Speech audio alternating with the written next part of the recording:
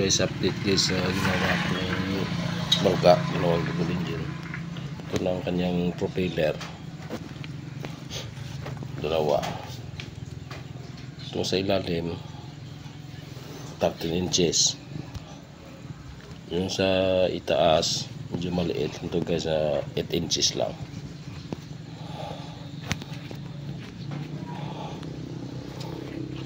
Pero tingnan nyo, bagong bago pa yung sa ilalim. Yung kanyang makina naman,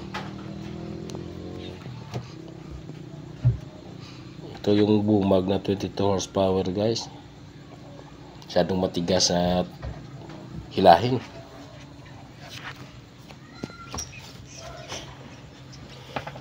Ito naman yung bago niya na Super Kama 20 horsepower, low speed.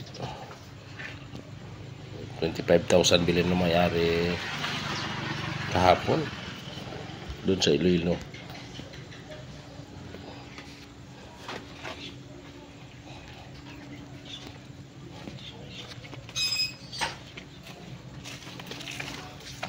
Ito naman yung kilya, bukas natin ito ilalagay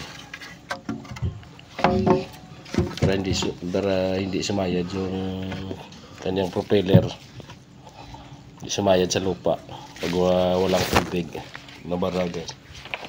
Lagyan ng mataas na kilya, lagyan ko yan ng 2 bolt para matibay yung hindi matanggal. Abot ng 7 inches yung taas ng kilya niya. Hindi nasasayad ang kanyang ilisi sa lupa.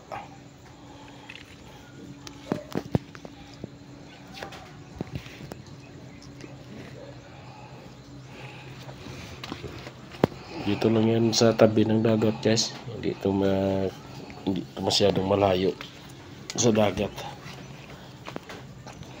Mga 10 meters na siguro na sa dagat na. Yan o, yung pispan. Kita mo. Paligira kasi kami ng wind turbine dito. Ito yung dagat guys o.